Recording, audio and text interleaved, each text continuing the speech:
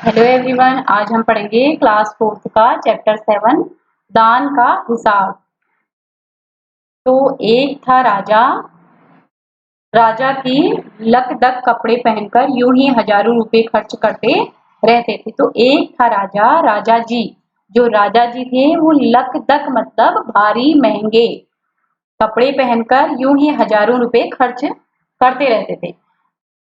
तो महंगे कपड़े पहनते थे और हजारों रुपए खर्च करते थे, पर दान के वक्त उनकी मुट्ठी बंद हो जाती। अपने कपड़ों पर तो वो हजारों रुपए खर्च कर लेते थे, लेकिन जब दान देने की बात आती है, जब उस राज्य में भूखमरी अकाल की स्थिति आती है, तो उस समय उनकी मुट्ठी जो होती है हाथ की, वो बिल्कुल बंद हो जाती है।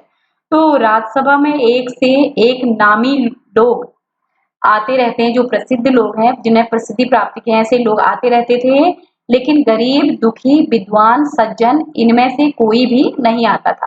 जो नामी लोग थे वो तो आते रहते थे, लेकिन जो गरीब था और दुखी था, विद्वान था जो, और जो सज्जन था, इनमें से कोई भी नहीं आता था, क्योंकि वहां पर इनका बिल्कुल भी सत्कार नहीं होता था। सत्कार मतलब होता है आदर, सम्मान। तो उस वहां इन लोगों का, जो गरीब दुखी लोग हैं, जो विद्वान सज्जन लोग हैं, इन लोगों का बिल्कुल भी आदर सम्मान नहीं होता था वहां पर। तो एक बार उस देश में अकाल पड़ गया, मतलब भूखमरी की स्थिति आ गई। एक बार उस देश में क्या हुआ, अकाल पड़ गया, भूखमरी की स्थिति आ गई और पूर्वी सीमा के लोग भूखे प्यासे मरने लगे। भूखे प्यासे मरने लगे। राजा के पास खबर आई, जो राजा थे उनके पास ऐसा समाचार आया कि वे बोले, यह तो भगवान की मार है। तो ये सुनकर वो सब बोले, ये तो भगवान की मार है, इसमें मेरा कोई हाथ नहीं। तो राजा जी बोलते हैं, ये तो भगवान ऊपर वाले की महिमा है, सब ऊपर वाले का करिश्मा है, इसमें मेरा कुछ भी नहीं है। तो लोगों ने कहा, महाराज, राज भंडार में हमारी सहायता करने की, राज भंडार से हमारी सहायता करने की कृपा करें। जो राज भंडार है, जो राजा का भंडार है, वहां पर जो अनाज इत्यादि और धन रुपया पैसा जो भी है, वहां से ला करके हमारी सहायता मतलब हमें मदद करने की कृपा करें, जिससे हम लोग दूसरे देशों से अनाज खरीद कर अपनी जान बचा सकें। अकाल की स्थिति आ गई, अगर भूखमरी की स्थिति आ गई, तो इसमें हमारी मौत भी हो सकती है, इसलिए हम दूसरे देश से अनाज को मंगा के कम से कम अपनी जान तो बचा लें। तो राजा ने कहा, आज तुम लोग अकाल से पीड़ित हो, कल पता चलेगा कहीं भूकंप आया है, परसों सुनूंगा कहीं के लोग बड़े गरीब हैं, 2 वक्त की रोटी नहीं जुटती। इस तरह सभी की सहायता करते करते जब राज भंडार खत्म हो जाएगा, तब खुद मैं ही दिवालिया हो जाऊंगा। और यह सुनकर सभी निराश होकर लौट गए। तो राजा ने देने से एकदम मना कर दिया कि अगर कहीं भूकंप आएगा और कहीं लोग गरीब होंगे, तो ऐसे लोगों के बीच अगर मैं बांटने में रह जाऊं, इनकी सहायता करने में रह जाऊं, तो मेरा तो राज भंडार पूरा खाली हो गया, मैं खुद ही गरीब हो जाऊंगा।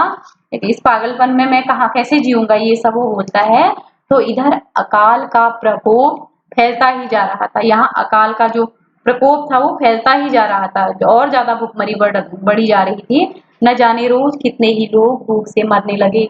और लोग फिर राजा के पास पहुंचे, फिर से जब नहीं हुआ, बहुत ज्यादा हो गया था, तो फिर दोबारा राजा के पास पहुंचे। उन्होंने राज्यसभा में गुहार लगाई। उन्होंने राज्यसभा में फिर से निवेदन किया कि दुहाई महाराज, आपसे ज्यादा कुछ नहीं चाहते हैं।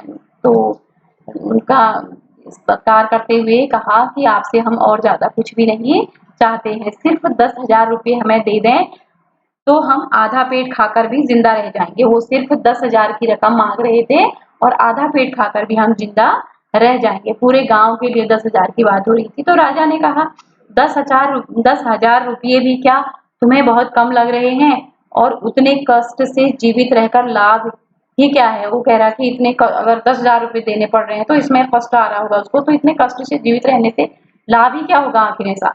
तो एक व्यक्ति ने कहा, भगवान की कृपा से लाखों रुपए राजकोष में मौजूद हैं। तो एक व्यक्ति ने कह दिया हिम्मत करके कि भगवान की कृपा से जो राजकोष है वहां पर लाखों रुपए हैं, जैसे धन का सागर हो। तो उसमें से एक आध लोटा लेने से महाराज का क्या नुकसान हो जाएगा? जैसे सागर है, सागर से हम 1-2 लोटा जल ले लें, तो क्या वहां कमी पड़ जाती है? नहीं। तो इसी प्रकार अगर राजकोष में इतना ज्यादा धन है, तो थोड़ी गरीबों की, जो भूखमरी लोग हैं, जो अकाल से पीड़ित हैं, तो अगर इनसे थोड़ा सा, अगर इनकी सहायता की जाएगी, तो इसमें क्या क्या बिगड़ रहा है? तो ये राजा है, राजा जी बिल्कुल क्रोधित हो गए हैं। जो गरीब आदमी है वो उनसे विनती करते हुए रह गया, और वो नाराज हो गए हैं, गुस्से से उनका पारा चढ़ गया है। तो राजा ने कहा, राजकोष में अधिक धन है। तो राजा ने कहा राजकोष में अधिक धन है तो क्या उसे दोनों हाथों से लुटा दूं? तो राजा क्रोधित थे, अगर राजकोष में धन है भी तो क्या मैं उसे दोनों हाथों से तुम लोगों में बांट दूं?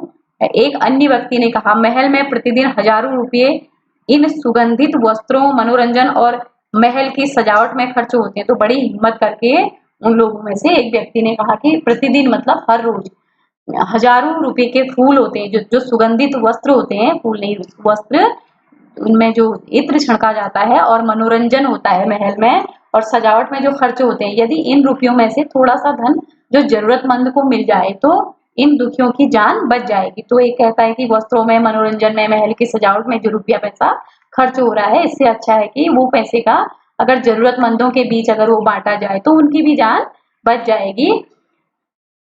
तो यह सुनकर राजा को क्रोध आ गया। यह सुनकर, ये बातें सुन के उन्हें लगा कि जैसे मुझे उपदेश दे रहा है कोई, तो उनको गुस्सा आ गया और वह गुस्से से बोला खुद भिखारी होकर मुझे उपदेश दे रहे हो। तो बोल रहे कि खुद तुम लोग भिखारी हो और मैं राजा हूँ, मुझे उपदेश दे रहे हैं आप लोग। मेरा रुपया है, मैं चाहे उसे उबाल कर खाऊं या तल कर। तो कहते हैं कि पैसा मेरा है, मैं उसको उबाल करके भी खा सकता हूँ और तल के भी, तो इसमें तुम्हें क्या परेशानी है? मेरी मर्जी है, मेरा रुपया है।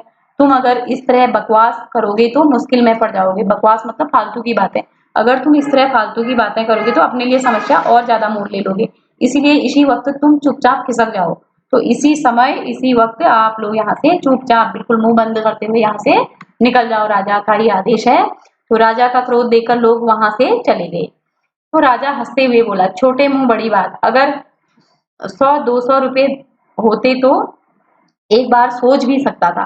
पहरेदारों की खुराक, तो 200 रुपए में भी अब पहरेदारों की खुराक 2-4 दिन कम कर देता और यह रकम पूरी भी हो जाती, मगर 100-200 से इन लोगों के पेट नहीं भरेगा। एकदम 10,000 मांग बैठे। तो छोटे लोगों के कारण नाक में दम हो गया, मतलब मेरा तो इन्होंने सांस लेना भी दुभर हो गया, इन्होंने मुझे इतना परेशान करके रख दिया, छोटे लोग कह रहा। तो राजा, वैसे राजा का काम तो प्रजा की सहायता करना ही होता है, लेकिन यहाँ ऐसी बात नहीं है। यह सुनकर वहां उपस्थित लोग हाँ हूं कर रह गए, मगर मन ही मन उन्होंने भी सोचा राजा ने यह ठीक नहीं किया। जो जरूरतमंदों की सहायता करना तो राजा का ही कर्तव्य है। जो आवश्यकता जिनको पड़ती है वो भी जिस समय वहां अकाल पड़ गया तो उसी समय तो उसकी सहायता ले लेते, लेकिन वो तैयार देने को बिल्कुल भी नहीं है। तो 2 दिन बाद न जाने कहां से एक बूढ़ा सन्यासी राजसभा में आया। 2 दिन बाद एक बूढ़ा सन्यासी राजसभा में आया। उन्होंने राजा को आशीर्वाद देते हुए कहा दाता कर्ण महाराज, अब वो दाता कर्ण बोल दिया उनको, महादानी कर्ण। तो दाता कर्ण महाराज, बड़े दूर से आपकी प्रसिद्धि सुनकर, आप इतने फेमस हैं और आपकी प्रसिद्धि सुनी मैंने कि तब मैं यहाँ आया हूँ। सन्यासी की इच्छा भी पूरी कर दें, जो सन्यासी है उसकी भी इच्छा, जो मनोकामना है वो भी पूरी कर दें। तो अपनी प्रशंसा सुनकर राजा बोला जरा पता तो चले तुम्हें क्या चाहिए। तो थोड़ा देने को उसका मन हो गया प्रशंसा सुन के, तो उसने कहा कि पता तो चले कि तुम्हें क्या चाहिए, तो यदि थोड़ा कम मांगो तो शायद मिल भी जाए। सन्यासी ने कहा मैं तो सन्यासी हूँ, मैं अधिक धन का क्या करूंगा। मैं राजकोष से 20 दिन तक बहुत मामूली भिक्षा प्रतिदिन लेना चाहता हूँ। जो राजकोष है वहां से मैं मामूली साधारण सी भिक्षा रोज, प्रतिदिन, हर रोज लेना चाहता हूँ। मेरा जो भिक्षा लेने का नियम इस प्रकार है, मैं पहले दिन जो लेता हूँ दूसरे दिन उसका दुगना लेता हूँ। पहले दिन मैं जो भी चीज लेता हूँ और दूसरे दिन उसकी मात्रा दुगनी हो जाती है, फिर तीसरे दिन उसका दुगना, फिर चौथे दिन तीसरे दिन का दुगना। तो इसी तरह से प्रतिदिन दुगना लेता जाता हूँ। तो भिक्षा लेने का मेरा यही तरीका है, उसने बोला। उस सन्यासी ने राजा को बोला। तो राजा बोला तरीका तो समझ गया, मगर पहले दिन कितना लेंगे यही असली बात है। 2-4 रुपए से पेट भर जाए तो अच्छी बात है, मगर एकदम से 20-50 मांगने लगे तो 20 दिन में काफी बड़ी रकम हो जाएगी। रकम मतलब पैसे, मतलब ज्यादा धन चला जाएगा मेरा अगर इतना ज्यादा तुमने मांग लिया। राजा एक तो है ही बहुत कंजूस टाइप। सन्यासी ने हंसते हुए कहा महाराज मैं लोभी नहीं हूं। तो सन्यासी को हंसी आई और उसने कहा कि महाराज मैं लोभी मतलब लालची, मैं लालची नहीं हूं। आज मुझे 1 रुपया दीजिए, फिर 20 दिन तक दुगने करके देते रहने का हुक्म दे दीजिए। ऐसा आदेश, हुक्म मतलब आदेश, तो दुगना करके देने का आदेश दे दीजिए। यह सुनकर राजा, मंत्री और दरबारी सभी की जान में जान आई। तब उन्होंने गहरी सांस ली, जान में जान आई उनकी। हाँ, राजा ने हुक्म दे दिया, राजा ने आदेश दे दिया कि सन्यासी के कहे अनुसार 20 दिन तक राजकोष में उन्हें भिक्षा दी जाती रही। तो सन्यासी राजा की जय जयकार करते हुए घर लौट गए। राजा के आदेश के अनुसार राज भंडारी प्रतिदिन हिसाब करके सन्यासी को भिक्षा देने लगा। अब हर रोज जो राज भंडारी था उसकी ड्यूटी थी भिक्षा देने की, तो वो देने लगा। इस तरह 2 दिन बीते, 10 दिन बीते, 2 सप्ताह तक भिक्षा देने के बाद भंडारी ने हिसाब करके देखा तो दान में काफी धन निकला जा रहा था। यह देखकर उन्हें उलझन महसूस हुई, बड़ा अनमना सा उनका मन हो गया। तो महाराज तो कभी किसी को इतना दान नहीं देते थे। उसने यह बात मंत्री को बताई कि इतना धन तो महाराज कभी किसी को देते नहीं थे, अब क्या होगा। तो उनकी आपस में बातें होने लगी। तो मंत्री ने कुछ सोचते हुए कहा, वाकई यह बात तो पहले ध्यान में ही नहीं आई। तो सच में ये बात तो हमें ध्यान में ही नहीं आई, हमने गौर नहीं किया इस बात पर। मगर अब कोई उपाय भी नहीं है, महाराज का हुक्म बदला नहीं जा सकता। अब कोई ऐसा तरीका नहीं है, क्योंकि अब उन्होंने आदेश जो दे दिया है, अब उनके आदेश को तो मानना ही पड़ेगा। तो इसके बाद फिर कुछ दिन बीते, भंडारी फिर हड़बड़ाता हुआ मंत्री के पास पूरा हिसाब लेकर आ गया। हिसाब देखकर मंत्री का चेहरा फीका पड़ गया। वह अपना पसीना पोंछकर सिर खुजलाकर दाढ़ी में हाथ फेरते हुए बोला, यह क्या कह रहे हो? अभी से इतना धन चला गया तो फिर 20 दिनों के अंत में कितने रुपए होंगे? तो जो भंडारी था वो हड़बड़ा गया, एकदम परेशान हो गया और पूरा हिसाब लेकर वो कहाँ गया, मंत्री के पास गया। और इससे उसका चेहरा भी जो है एकदम फीका पड़ गया था। वो भी अपना पसीना पोंछने लगा, सिर खुजलाने लगा और दाढ़ी पे हाथ फेरते हुए वो सब परेशान हो गए थे। और इतना सारा धन अगर चला गया तो 20 दिनों में क्या होगा करके वो फिर परेशान हो रहे। भंडारी बोला, जी पूरा हिसाब तो नहीं किया है। मंत्री ने कहा, तो तुरंत बैठकर अभी पूरा हिसाब करो। अभी तो आधा ही हिसाब किया, आधे में ही उनको पसीना छूट गया था, अभी पूरा हिसाब होना बाकी है। तो भंडारी हिसाब करने बैठ गया। मंत्री महाशय अपने माथे पर बर्फ की पट्टी लगाकर तेजी से पंखा झलवाने लगे। जो मंत्री महाशय थे, जो मंत्री महाराज थे, वो अपने माथे पर बर्फ की पट्टी, सर दर्द हो गया तो बर्फ की पट्टी लगाकर तेजी से पंखा झलवाने लगे, मतलब पंखा करने लगे अपनी तरफ। कुछ ही देर में भंडारी ने पूरा हिसाब कर लिया। अब मंत्री ने पूछा, कुल मिलाकर कितना हुआ? तो भंडारी ने हाथ जोड़कर कहा, जी 10,48,575 रुपए। तो मंत्री गुस्से में बोला, मजाक कर रहे हो? यदि सन्यासी को इतने रुपए दे दिए तो तब तो राजकोष खाली हो जाएगा। तो वो कह रहे हैं कि तुम मजाक कर रहे हो, इतना सारा पैसा अगर उसको दे दिए तो तब तो हमारा जो राजकोष है वो पूरा खाली हो जाएगा। तो भंडारी ने कहा, मजाक क्यों करूंगा, आप ही हिसाब देख लीजिए। यह कहकर उसने हिसाब का कागज मंत्री जी को दे दिया।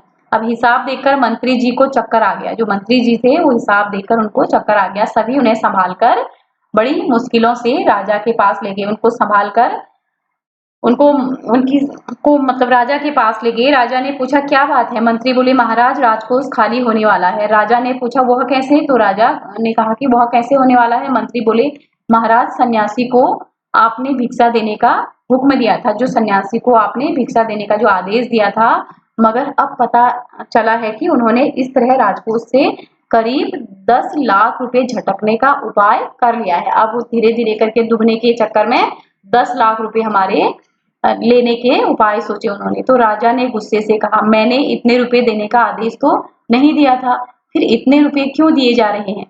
भंडारी को बुलाओ। तो भंडारी को बुलाने की बात हुई। इतना तो मैंने कहा ही नहीं था, तो इतने क्यों दिए जा रहे हैं? मंत्री ने कहा, जी सब कुछ आपके हुक्म के अनुसार हुआ है, जो आपने आदेश, हुक्म मतलब आदेश, जो आपने आदेश दिया है तो इसी के अनुसार हर चीज हो रही है।